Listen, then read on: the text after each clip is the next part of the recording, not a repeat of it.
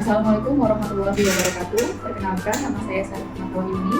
Saya adalah mahasiswa program studi Magister Manajemen Agri Bisnis semester genap tahun 2004-2025. Di sini saya akan menjelaskan jawaban dari soal UTS Ekonomi Manajerial.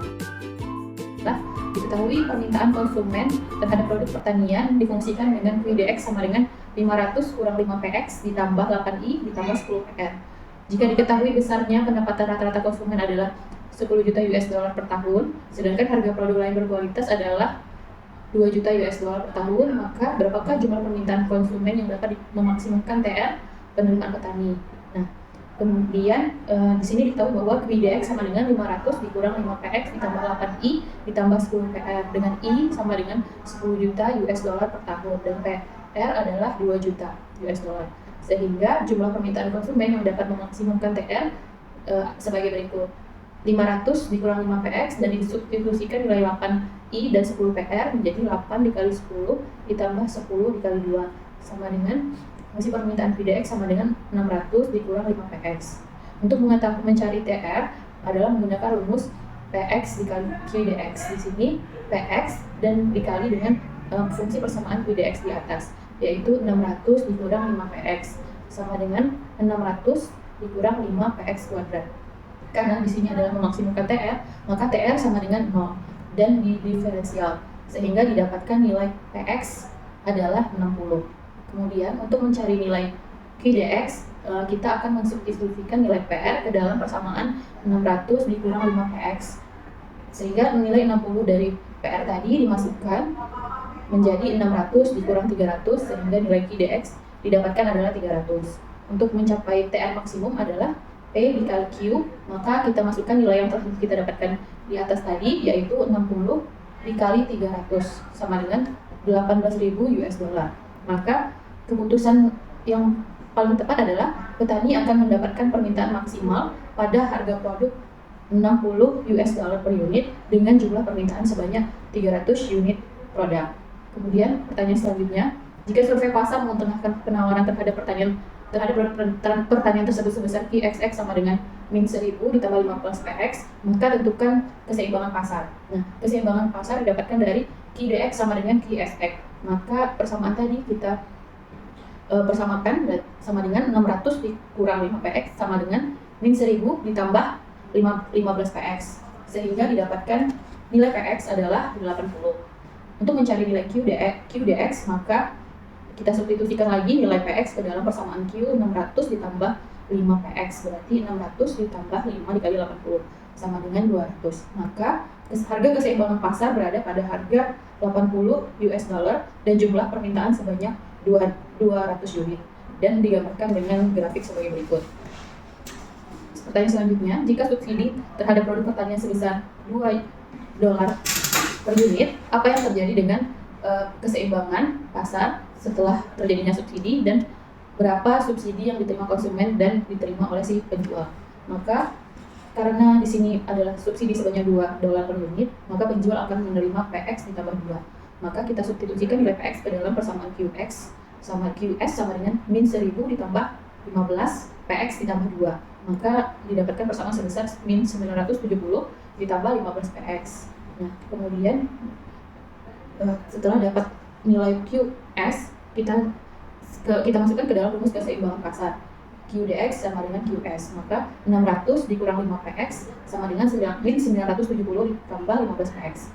Maka PX adalah 78,5 dengan nilai QD sama dengan 600 dikurang 5PX, PX tadi dimasukkan kembali nilai 78,5 sehingga didapatkan 207,5 unit. Karena dia unit, kita buatkan menjadi 208 unit. Maka harga keseimbangan baru di pasar adalah sebesar 78,5 US dollar, sehingga pembeli yang sebelumnya membeli dengan harga 80 US dollar hemat sebesar 1,5 US dollar, sedangkan harga yang diterima penjual adalah 78,5 ditambah 2 US dollar sama dengan 80,5 US dollar, dan penjual mendapatkan kelebihan 0,5 US dollar. Sedangkan subsidi yang dibayarkan pemerintah adalah 2 dikali 208, 2 US dollar dikali 208 unit, maka didapatkan subsidi yang harus dibayarkan pemerintah sebesar 416 US dollar dengan jumlah kuantitas di pasar sebanyak 208 unit. Kemudian soal kedua, diketahui terdapat 3 tipe produk pada perusahaan X sebagai berikut, dengan tabel sebagai berikut. Pertanyaannya, berapa hasil produksi maksimum produk tersebut dengan pemakaian bahan baku seperti tabel di atas? Nah, jika kita lihat hasil produksi maksimum produk tersebut dengan pemakaian bahan baku seperti tabel di atas adalah pada pemakaian bahan baku sebanyak 14 unit. Hal ini dikarenakan nilai dari MUA dan MUB kemudian MUC-nya hampir menyerupai sebanyak 0,2. Kemudian pertanyaan selanjutnya, apakah keputusan Anda sebagai manajer adalah menggunakan pemakaian bahan baku 14 unit. Dengan pemakaian bahan baku 14 unit dapat memaksimumkan hasil produksi dikarenakan selisih perhitungan antara MU tipe A, MU tipe B, dan MU tipe C memiliki selisih angka yang berdekatan. Jika disederhanakan satu angka di belakang koma, maka nilai MU-nya ketiga tipe tersebut adalah 0,2 sehingga bahan baku 14 unit dapat memaksimumkan produksi. Kemudian dan juga apabila kita lihat dari tren, tabel menunjukkan bahwa tipe A bertambah cepat sampai bahan baku 14, kemudian hampir tidak bertambah pada bahan baku 16 unit. Kemudian tipe B bahkan menurun apabila bahan baku di atas 14 unit. Sedangkan tipe C naiknya sangat sedikit dan perlahan, sehingga sebaiknya menghindari menambah bahan baku di atas 14 unit karena tambahan laju produksi tidak sebanding dengan penambahan bahan baku.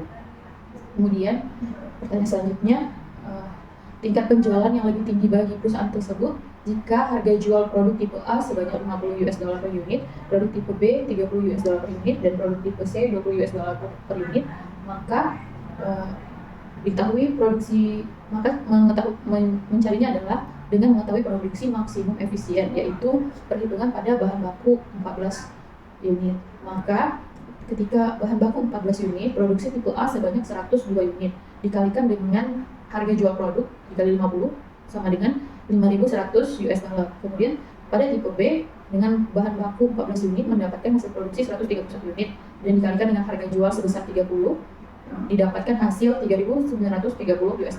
Sedangkan tipe C dengan bahan baku 14 unit mendapatkan hasil produksi sebanyak 159 unit dikali dengan harga jual $20 sama dengan $3.180, sehingga penjualan tertinggi adalah tipe A dengan total penjualan $5.100. Kemudian pertanyaan D, kebijakan mana yang diambil perusahaan tersebut atau tipe mana yang lebih menguntungkan dengan biaya produk per unit tipe A adalah $35, sedangkan tipe B adalah $15 dan tipe C adalah $10. Jelaskan jawaban tersebut. Laba adalah perhitungan dari harga jual dikurang biaya produk dikali dengan jumlah produksi. Nah, untuk laba produk tipe A adalah harga jual 50 dikurang biaya produk 35 dikali dengan jumlah produksi 102, maka didapatkan hasil $1.530. Kemudian laba untuk produk tipe C dengan harga jual $30 dikurang dengan biaya produksi $15 dikali dengan jumlah produksi 131 sama dengan $1.965. Laba produk tipe C adalah harga jual $20 dikurang $10 dikali 159 unit, maka didapatkan hasil 1.590. Tipe yang paling menguntungkan adalah produk tipe B, walaupun harga jualnya lebih rendah, tapi volume dan keuntungan yang didapatkan lebih tinggi. Kemudian soal berikutnya, diketahui terdapat pelatihan dan produktivitas kerja yang dilihat pada tabel sebagai berikut.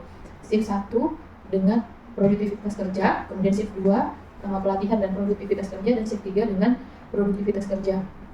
Pertanyaannya, berapa jam sebaiknya pelatihan dilakukan untuk masing-masing shift tersebut untuk mendapatkan jumlah produktivitas kerja optimal yang dapat dicapai?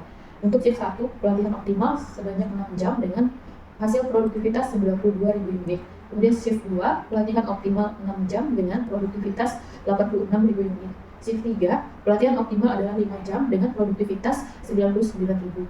Jika diketahui biaya pelatihan tenaga kerja per jam sama dengan $50, berapa biaya pelatihan yang dibebankan untuk mencapai produktivitas maksimum yang dihasilkan tenaga kerja tersebut? Untuk shift 1, pelatihan selama 6 jam dikali dengan biaya pelatihan sebanyak $50 sama dengan $300. Shift 2, 6 jam pelatihan dikali $50 sama dengan $300. Untuk biaya pelatihan shift 3 dengan 5 jam pelatihan dikali $50 sama dengan $250. Sehingga total biaya pelatihan untuk shift 1, shift 2, dan shift 3 adalah shift manakah yang lebih efisien jika biaya produksi adalah $10 per unit? Efisiensi diukur dari biaya per unit output berdasarkan biaya produksi sebanyak $10 per unit dan outputnya. Kemudian jika kita lihat output dari shift 1 sebanyak 92.000, maka biaya produksi 92.000 dikali 10 unit per $10 per unit didapatkan $920.000. Dikalikan dengan biaya pelatihan sebanyak $300, total biaya yang didapatkan yang harus dibayarkan adalah $920.300. Sehingga terbagi dengan jumlah unit, maka biaya per unit menjadi $10,00217. Sedangkan shift 2 dengan outputnya berupa 86.000, biaya produksi sebesar 860.000 dikali dengan biaya pelatihan $300, sehingga total biaya adalah $860.300. Untuk biaya per unit sebesar $10.00581. Kemudian untuk shift 3, outputnya sebanyak 99.000 dengan biaya produksi 990.000, biaya pelatihan $250. Jadi total biaya adalah 990.250, sehingga biaya per unit adalah $10,00253. Shift yang lebih efisien adalah shift 1 karena biaya per unit lebih rendah dibandingkan shift 2 dan shift 3. Sekian hasil dari penjabaran soal IPS saya.